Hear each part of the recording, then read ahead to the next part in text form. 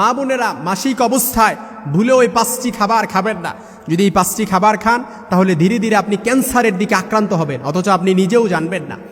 মা বোনদের জন্য পিরিয়ড হওয়া, মেনস্ট্রুয়েশনাল পিরিয়ড, এটা একেবারে স্বাভাবিক অবস্থা। আর এটা হচ্ছে যালিকা হুকমুল্লাহু ইয়াহকুমু বাইনাকুম, আর এটাই হচ্ছে আল্লাহ তাআলার বিধান। আল্লাহ তাআলা আমাদের জন্য এটা ফয়সালা করে দিয়েছেন। এজন্য মা বোনদের যে পিরিয়ড হয়, মেনস্ট্রুয়েশনাল পিরিয়ড, আমার মায়ের হয়, আমার বোনের হয়, আপনার মায়ের হয়, আপনার বোনের হয়, অনেকে লজ্জায় এগুলো বলতে যায় না, জানতে চায় না, অথচ এটা আল্লাহর বিধান। এটা লজ্জাকর কোনো বিষয় না, এটা একেবারে স্বাভাবিক বিষয়। রাসূলের মাধ্যমে আল্লাহ তাআলা বললেন, ওয়ায়াসআলুনাকা আনিল মাহিদি কুল হুয়া আযা। হে রাসূল, লোকেরা যখন আপনাকে হায়াত সম্পর্কে জিজ্ঞেস করে, আপনি বলে দেন এটা খুব কষ্টকর বিষয়। এই জন্য যে মা বোনরা হায়েজ অবস্থায় মেনস্ট্রুয়েশনাল পিরিয়ড হয় না, বুঝতে হবে ওই মা বোন অসুস্থ। ওই মা বোনকে সুস্থ করার জন্য হসপিটালে দৌড়াদৌড়ি করা হয়, অথচ যার হায়েজ হয় তার এটা হচ্ছে একটা সুস্থতার লক্ষণ। এই জন্য যে মা বোনদের, যে ছোট ছোট বোন আছে যারা নতুনভাবে মাসিক হয়, যাদের বড় বোন থাকলে আপনি আপনার ছোট বোনকে বলেন এই বিষয়গুলো খেয়াল করার জন্য, এই বিষয়গুলো বুঝান। যারা মা আছেন, আপনি আপনার মেয়েকে এই পিরিয়ড সম্পর্কে তাদেরকে ভালো করে জ্ঞান দেন। এই জন্য যখন কোনো মা বোনদের মাসিক অবস্থায় যখন শুরু হয়ে যাবে, প্রত্যেক মাসে চন্দ্র মাসে যখন মাসিক শুরু হয়ে যায়, তাদের তখন এই 5টি খাবার ভুলেও খাওয়া যাবে না, যেটা মেডিকেল সায়েন্স প্রুভড করেছে, প্রমাণ করেছে। এর 1 নাম্বার হচ্ছে দুধ, চিজ বা দই। এই খাবারটা ভুল করেও খাওয়া যাবে না। দুধ, চিজ বা দই, এটা যদি আপনি খান তাহলে এটার মধ্যে এরকম কোনো অ্যাসিড রয়েছে, হরমোন রয়েছে, যেটা আপনাকে মারাত্মক লেভেলের আপনার ওপরে প্রভাব ফেলতে পারে এবং ধীরে ধীরে আপনাকে ক্যান্সারের দিকে ধাবিত করতে পারে। মেডিকেল সায়েন্স প্রুভড করেছে।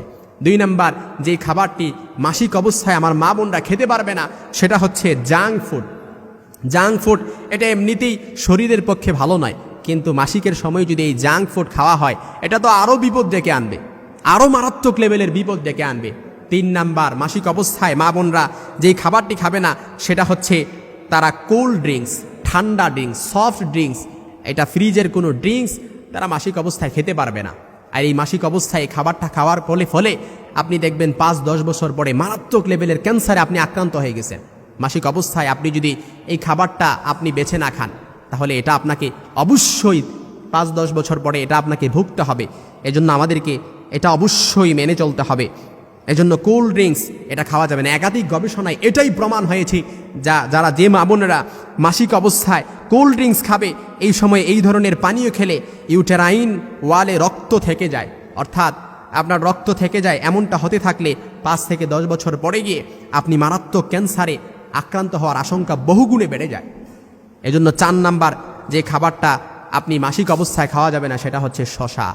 এই শশা খাওয়ার ফলে আপনার দেখা যায় যে শশা খাওয়ার ফলে নানা ধরনের সমস্যা হওয়ার আশঙ্কা তখন বেড়ে যায়। শশায় উপস্থিত কিছু উপাদান এ সময় শরীরের উপর খারাপ প্রভাব ফেলে। এজন্য পিরিয়ড থাকা অবস্থায় আপনি ভুল করেও শশা খাবেন না। 5 নাম্বার হচ্ছে আপনি কখনো লবণ খাবেন না, এমনকি লবণযুক্ত কোনো খাবারও তখন আপনি খাবেন না। এটা আপনার জন্য, আপনার শরীরের উপরে খারাপ প্রভাব ফেলবে। এজন্য মা বোনেরা যখন মাসিক হবেন, তখন আপনি ঘাবড়ানোর কোনো কিছু নেই। মাসিক হয়ে গেলে আপনি কি করবেন? তখন আপনার শরীরের যত্ন নেবেন। যেই খাবারগুলো নিষিদ্ধ রয়েছে, চিকিৎসা বিজ্ঞান যে খাবারগুলো আপনাকে খাওয়ার জন্য নিষেধ করেছেন, এবং রাসূল সাল্লাল্লাহু আলাইহি ওয়াসাল্লামের সুন্নাহসম্মত কিছু খাবার আছে, তিব্বে নববী থেকে এই খাবারগুলো আপনি বেছে বেছে খান। আপনার শরীর সুস্থ থাকবে। স্বাস্থ্যই হচ্ছে সকল কিছুর মূল। এই সুস্থতায় শরীর কত বড় যে নিয়ামত। সূরাতুর রহমানের মধ্যে আল্লাহ তাআলা তখন বলেছেন, ফাবিআইয়ি আলাኢ রাব্বিকুমা তুকাদ্দিবান।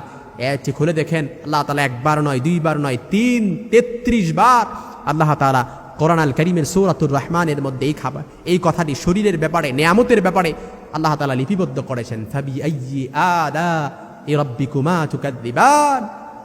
তোমরা আমার কোন কোন নিয়ামতকে অস্বীকার করবে, তোমরা আমার কোন নিয়ামতকে অস্বীকার করবে?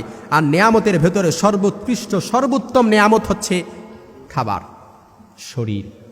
শরীর সুস্থ থাকবে খাবারের মাধ্যমে, শরীর সুস্থ থাকবে খাবারের মাধ্যমে। এজন্য ওয়াসিহাতাকা কাবলা আন সাকামিক, হাদিসের ভাষায় বিশ্বনবী মুহাম্মদ সাল্লাল্লাহু আলাইহি ওয়াসাল্লাম বলেন, অসুস্থ হওয়ার আগে সুস্থতাকে কাজে লাগান। এজন্য আপনি আপনার শরীরকে সুস্থ করার জন্য আপনার খাবার, যেটা একেবারে নিট অ্যান্ড ক্লিন, নিরেট ক্লিন খাবার লাগবে।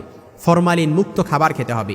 এই যে মায়ের দুধের ভেতরে হার রাং ফিস শেতা বারিদাং ফিস সাইফ, ঠান্ডা লাগতে দেরি ওটা গরম হয়ে যায়, গরম লাগতে দেরি ওইটা ঠান্ডা হয়ে যায়, কারণ এটার 4 দিক থেকে কুদরতি দ্বারা বেষ্টন করা।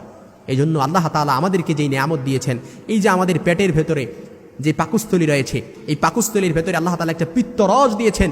এই পিত্তরস থেকে, খেজুর থেকে যেভাবে রস টপ টপ করে বের হয়, এই পিত্তরস থেকে রস টপ টপ করে বের হয়ে আমাদের খাবারটাকে পিউরিফাই করে এটাকে হজম করে। এই জন্য আল্লাহ তাআলা অনেক নিয়ামত দিয়েছেন। এই জন্য মা বোনেরা মাসিক অবস্থায় না গাবড়িয়ে তারা 5টি খাবার, আমার মনে করে 5টি খাবার চিকিৎসা বিজ্ঞান প্রমাণ করেছে, এই 5টি খাবার যদি তারা ভুল করেও খায় তাহলে দেখা যাবে যে আস্তে আস্তে তাদের এই ক্যান্সারের দিকে তারা ধাবিত হচ্ছে, ক্যান্সারের ঝুঁকি তাদের বহুগুণে বেড়ে গেছে। আল্লাহ তাআলা আমাদের মা বোনদেরকে বোঝার তৌফিক দান করুক।